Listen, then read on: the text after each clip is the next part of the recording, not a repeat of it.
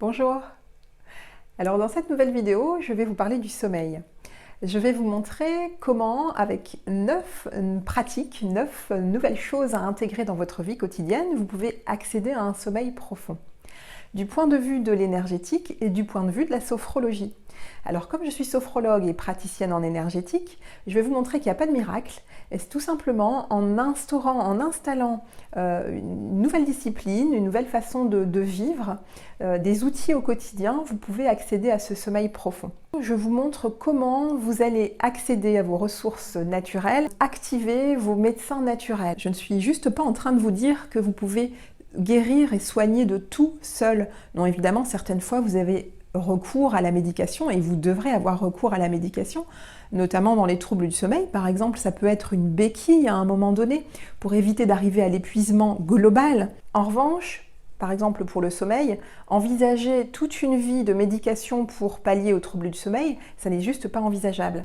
Simplement, le sommeil en tant que médecin naturel, on le sait tous, parce que c'est un pilier de l'équilibre global et de l'énergie vitale. Les gens qui souffrent de problèmes de troubles du sommeil le savent d'ailleurs encore mieux, à quel point ce sommeil est vraiment régulateur de l'énergie globale, de l'énergie vitale, donc de l'humeur, des émotions, du relationnel, donc également de la prise de poids. Il intervient dans la régulation du poids. Par exemple, un manque de sommeil ou des troubles du sommeil chroniques peuvent engendrer des problèmes de diabète de type 2, mais également des maladies cardiovasculaires, et également des problèmes cognitifs liés à la mémoire et des problèmes de type maladie d'Alzheimer ou maladie de Parkinson. Il ne faut pas oublier non plus que le sommeil le manque de sommeil et la fatigue globale peut aussi nuire à une bonne santé sexuelle. Je vais maintenant vous donner 9 grandes lignes à suivre dans votre quotidien pour installer un sommeil profond, une préparation à un sommeil récupérateur et pur. La première des choses, c'est déjà changer l'état d'esprit, déconditionner votre cerveau qui s'est installé dans un programme peut-être négatif, de style de toute façon dans la famille. On a toujours mal dormi, aussi longtemps que je m'en souvienne, dès la plus petite enfance, je dormais déjà très mal, et de toute façon c'est comme ça. Non, changez cette façon de penser au niveau du cerveau et installez-vous dans une démarche positive qui va être de vous dire, eh bien oui, je peux changer, je peux modifier des choses qui vont me permettre d'accéder à un meilleur sommeil. La première grande étape, c'est ça. Le sommeil se prépare en journée. Le sommeil qui vous attend n'est que la somme de toutes les expériences vécues tout au long de la journée. Et que donc, si vous avez l'habitude de vivre à 150 à l'heure, déjà, commencez par ralentir. On ne vous demande pas de rouler et de vivre à 50 à l'heure, mais commencez par ralentir. Installez plus de bienveillance envers vous-même. Évitez le stress autant que possible. Alors vous me direz oui, effectivement, mais le stress, on n'a pas la main sur tout. Ce stress, des fois, on le subit. Effectivement, on le subit. Mais il est possible aussi de jouer sur ce stress que l'on génère et que l'on peut éviter. Par exemple, prendre un itinéraire bis quand on sait que l'itinéraire premier va nous emmener dans les bouchons. Partir un peu plus tôt, partir un peu plus tard, changer de trajet. Éviter cette conversation houleuse à 20h30. Éviter tout sujet compliqué qui va générer du stress autant que possible. Respirez. Laissez de la place à votre respiration. Installez-vous dans votre ventre. On a trop tendance à vivre en apnée, à être en apnée tout le temps. La respiration, c'est la communication entre votre cerveau émotionnel, le ventre, et le cerveau du haut, le cortex préfrontal. Et tout se passe par le nerf vague. Alors respirez et activez votre nerf vague. Prenez soin de vos émotions tout au long de la journée. Les émotions, elles se trouvent dans le cerveau émotionnel, le premier cerveau, le ventre, les intestins. Alors dorlotez votre ventre, caressez-le, chouchoutez-le, massez-le. Buvez de l'eau tiède. Les intestins préfèrent l'eau tiède à l'eau froide, surtout en hiver. Prenez soin des émotions, exprimez-les. Elles ne sont vraiment pas faites pour rester dans votre biologie. Alors, on a l'habitude dans notre société occidentale de pas trop montrer nos émotions, de pas trop les exprimer, parce que peut-être c'est pas trop sain, ça ne se fait pas.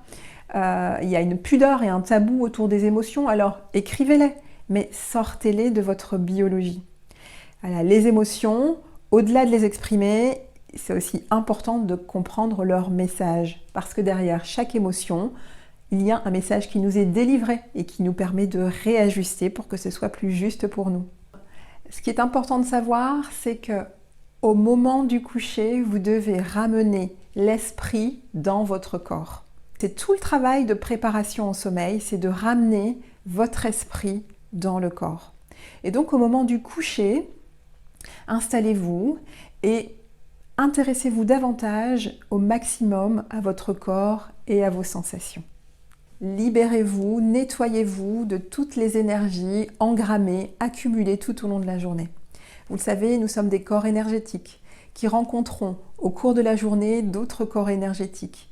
Nous vivons des événements et ces événements également ont une charge énergétique sur nos corps subtils.